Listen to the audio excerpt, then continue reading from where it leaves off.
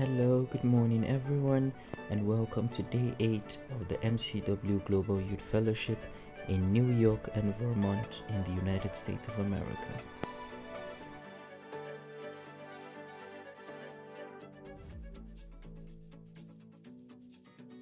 Later on in life, when I was working as a lawyer, I would see folks that were then my peers that went to the fanciest private schools, fancier colleges than me. And you realize that don't need to be constantly judging yourself based on that. It's just about what are the experiences. How much can you suck out of that experience? Can you really, get the marrow out of it? Every single experience you have. On top of that. And you brought up a good point about get paid for your work. Especially, I'm gonna talk to the women in the room here. Know your worth and know that you should be paid for your work and don't settle for less. So that, thank you for bringing that up.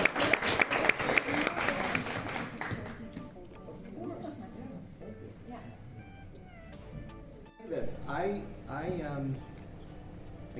have my MBA, but I learned everything I learned at Henry Schein. And every company success happens in different ways. But I can tell you the success formula that I watched happen at the company I was with. And again, I won't say Stanley's name 1,000 times, but this is Stanley, his leadership, and his leadership team and how we did it. And David, you said a lot of this. Number one is absolutely hard work. There's no substitute. You have to have hard work. You have to have perseverance. You have to keep pushing. Number one. Number two is respect for everybody you work with. You want to surround yourself with great people. Contacts or like the good network that they can give this us. exercise, or? Yes, for this exercise. I would say for this, the idea is to find who else, what organization or company is doing similar to what you, I want to go to the video. if you understand. I mean, yes, it's kind of like, I know people who are doing similar things, but just, I don't know, not pretty organized or something. You don't know other organization or company? Yeah, I do know, but it's so hopeful that people have the same goal and motivation as me, so I can connect with them and collaborate to make even greater of an impact. Yet at the same time, if they're doing something very similar, it's given me a direction that I should do something which can impact a different sector or a different segment of the community that I'm trying to help and support. Okay, great. Thank you for sharing. I think that's also the idea of the exercise. So you should know how you can find that niche, how can you be unique or what is unique in the community that you can actually fill that down.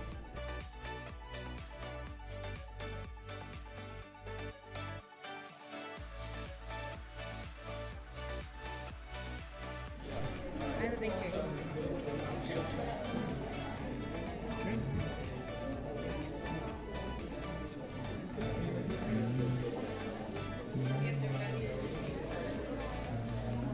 Just redirecting my path around knowing that there are companies and NGOs doing something similar has been tough and demotivating. It's because you realize that there are other people doing the same thing, Yeah. okay? And you think your project doesn't necessarily bring value, or it doesn't bring anything new. I think there's going to be resistance in terms of, because it doesn't really bring anything new. Okay? Do you think you'll be able to think of something new? I'm capable of it. Sorry? Yes. No, I mean, I'm asking. Just,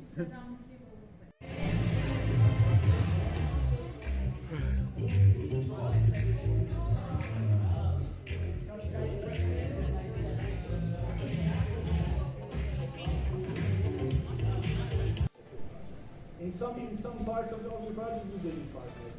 Let's say open an application form. You can do that on your own with your team. You might not need a partner, but if it's like implementing a workshop in school, you might need school as a partner. So then you have to list it up. In some parts of your project, you do need partners. Let's say open an application form. You can do that on your own with your team. You might not need a partner, but if it's like implementing the workshop in school, you might need school as a partner. So then you have to list